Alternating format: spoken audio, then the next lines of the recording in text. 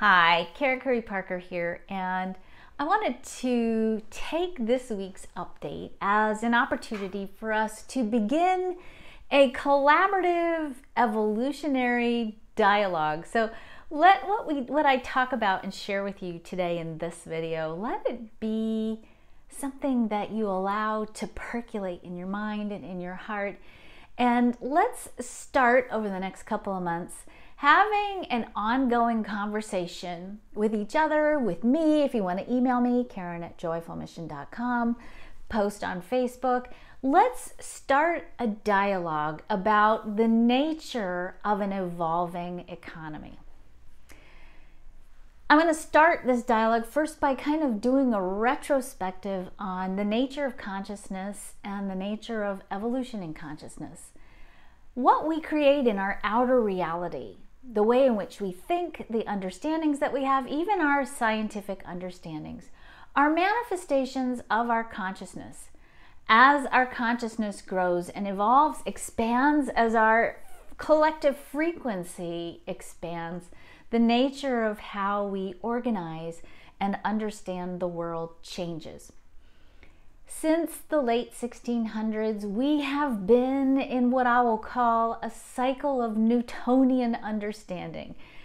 This was based on information that we learned during the scientific revolution, that we learned specifically from Sir Isaac Newton, and everything we learned from this scientific revolution was mostly about the rules and regulations of how the material world operates.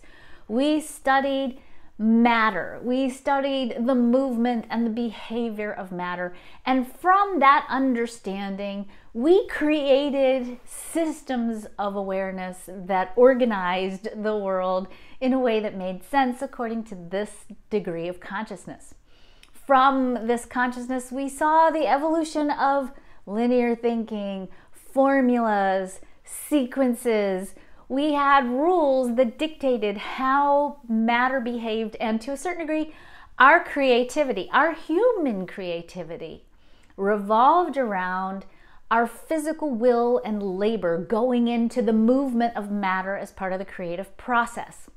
And it served us well. We created a lot of stuff with this understanding, right? We had an entire industrial revolution because we figured out formulas for how we can put effort into systems, and from those systems create things, right? Like cars and the other things that we create in factories. So this isn't a criticism of where we've been. This is about understanding why we have some of the thought forms and beliefs that we have, and why we are now coming to an evolution of how we synthesize and implement newer ways of understanding the world.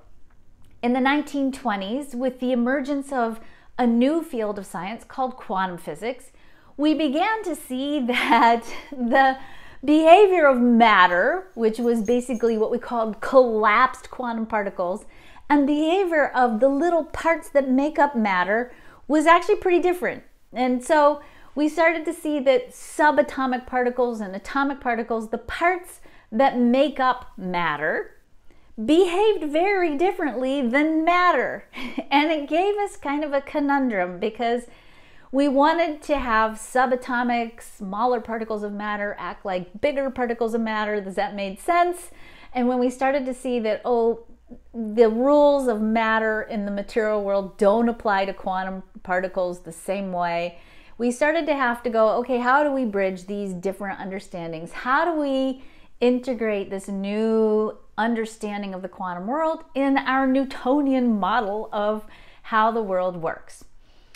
Along with that evolution and that struggle and that conundrum, we saw the emergence of new thought, right? In the 1920s, we saw Charles Fillmore and Myrtle Fillmore and Unity Consciousness at the Unity Church. We saw Ernest Holmes and New Thought. We had Madame Blavatsky. We had, a little bit further down the line, we had Madame Maria Montessori and Rudolf Steiner, and all kinds of really brilliant thinkers that came out around that same time, who started to say things like, well, if subatomic particles behave this way, and your observance of a subatomic particle, your perception, shifts the way it behaves, then maybe for us to create in the world, it's not just about moving the mud of the material world, but it's also about shifting our consciousness, and that maybe our consciousness, our perception creates our reality. So we had this beginning, it wasn't really a beginning, I mean, certainly people have been talking about this from way before the 1920s, but it's really caught fire as our consciousness evolved into this deeper understanding of our consciousness, our thoughts, our perceptions create our reality. This is a huge surge forward in understanding the nature, our true nature of our creative capacity. We are ultimately designed, and we are moving towards an even more expansive design of creating from consciousness, not just physically working, but augmenting the labor that we do on the planet with our consciousness, so that our creative capacity isn't just determined by our sheer effort and will, which to me answers a lot, because I have never in the 18 plus years, oh God, it's so much more than 18, in the 28 plus years that I've been a coach and a nurse and all the different other permutations of helping that I have used as a profession, in all those years that I've been working as a light worker in the world, I have never had a lazy client. I have never had a client that hasn't tried really hard to do the work. And the idea that maybe our creative capacity isn't just tied to the effort that we put forth, because if that was the case, we'd all be experiencing a very different level of abundance, I believe.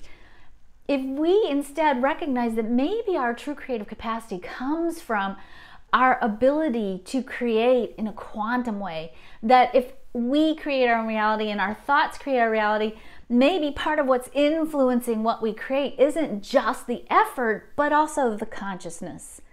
And also sometimes all those things that twist and warp and make applying high quality, high level, high frequency, abundant consciousness happen, i.e. your conditioning, your genetics, your belief field that you're operating in, even your past traumas, that those events become significant when we look at what's determining how and what you create in your life.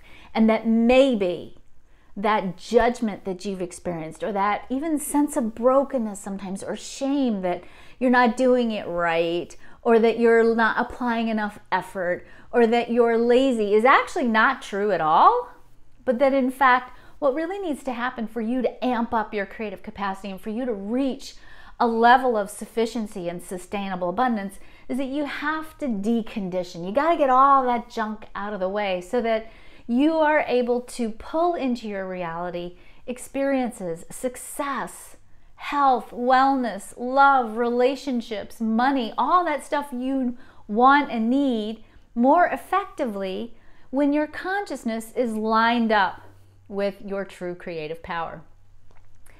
So as we move from this old Newtonian way of thinking, and this old Newtonian way of thinking that confers value only on the material, right? Think about our Newtonian economy. Value is determined and derived from money, right? Your business is valuable to the degree to which it is financially profitable. The work you do is determined by the value in the marketplace, and that value is set by how much are you charging. And in the personal coaching world, that's become a very powerful and very interesting dialogue, because we talk a lot about investing at the value point and valuing your own effort. And it gets into this very sticky, conundrum-driven place where we lose connection with the concept that value is not associated with what you do or how much effort you put into it, but that we are each individually valuable because we exist. And that maybe as we evolve into a new level of consciousness, that the economy has to evolve with it. And that the new driving force in a quantum economy becomes a new currency. And that currency isn't money. Not saying, by the way, that you don't need to be supported in your business. You can't do a business in the world if you're not creating the support that you need to stay sustainable in business. And that includes being able to take care of yourself in a nice, good way, like being able to take time off to rest and regenerate, being able to take care of your family, drivers that are important to people. Money is part of that, but the true currency of a quantum business is well-being. That if the goal in business becomes to create as much well-being as possible in the world for yourself, for your clients, for your students, for whoever comes into contact with your business, if your business becomes a place of sacred service to the currency of well-being in the world, then it also changes a little bit the nature of how we work business, how we live business, how we play in the world of business in the world. If you go back and you look at Adam Smith's treatise on capitalism, pure capitalism, modern economists say pure capitalism can't exist, that it has cycles and ebbs and flows, and that what happens sometimes, and a lot of politicians will say the invisible hand in capitalism is the government role in making sure that these fluctuations in business cycles are moderated so that we don't get hit with extremes of like superabundance and then depressions. What if the invisible hand in capitalism, that balancing force in the economy, isn't government subsidies or government support of business, but what if ultimately, and this is highly theoretical and I know it may trigger a bunch of arguments, but what if the invisible hand in capitalism is compassion? And that we redefine in the world of business what it means to be abundant. And if the driver is no longer, let me get as much money as I can, but becomes instead, how much well-being can I create in the world for myself and for others? Maybe when we redefine abundance as being fully supported, when you can say, I have all that I need, that the invisible hand of compassion says, I have enough. Thank God, I have enough. How can I use what I have from a compassionate place to grow and expand the blessings, the sufficiency, the abundance of others? Let me share what I have so that we all have enough.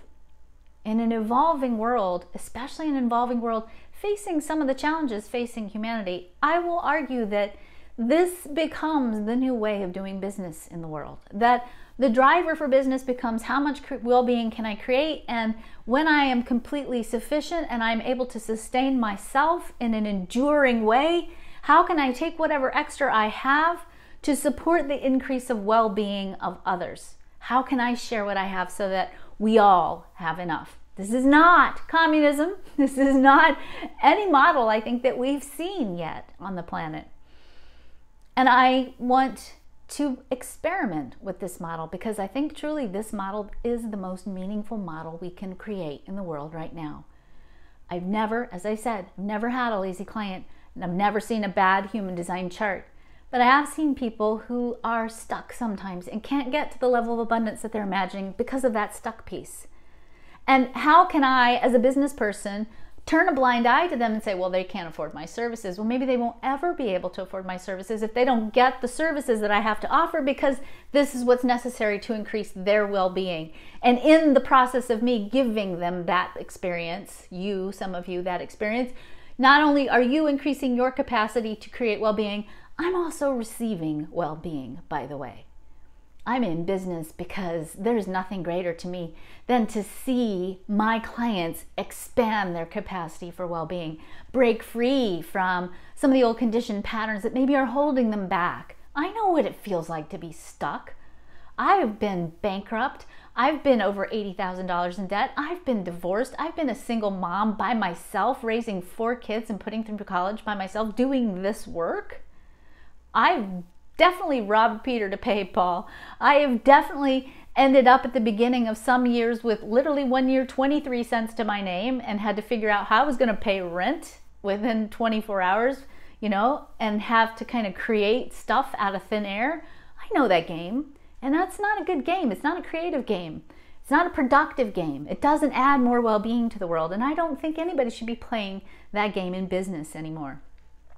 So one of the things that's happening in my business is you're going to start to see the name Joyful Mission go away. It's an old energy, and it's an energy that I want to move beyond because I'm ready for something different. I'm ready to embrace a different quality and a different character of business. So our new business name is called the Quantum Alignment System, and you're going to see over the next couple of months the creation of a new website and a new model of doing business. A model where if you're not at a place where you've been able to tap into your full creative power because of stuff that's holding you back, you're not going to be denied access to information and support that can help you make that leap, that breakthrough into a new level of sufficiency and abundance. And I'm going to set up systems where we can all begin to share more what it is that we know and create and tap into greater levels of well-being, both personally and collectively. It's an experiment. I'm going to put some of the old rules about profit in business on their heads. I'm going to not necessarily always get it right, but I'm going to try. And most importantly, I want to demonstrate to you all, because I believe this in the core of my being, that it is possible for work to be the manifestation of a sacred place of service. And that part of that sacred place of service is to use business as a pathway to increasing the well-being of others in every way possible. So thank you all for listening to me. Thank you all for taking this time to share in this evolutionary seed. And most importantly, thank you all for trusting me to be a teacher to you, somebody whose value I hope you get and that you implement deeply into your own life. My intention for this work has always been and will always be to support you in becoming who you are, the full manifestation of the truth of who you are, so that you can do for the world what you came here to do and serve the world in the way that's right for you. Have a great week. I'll talk to you all next week.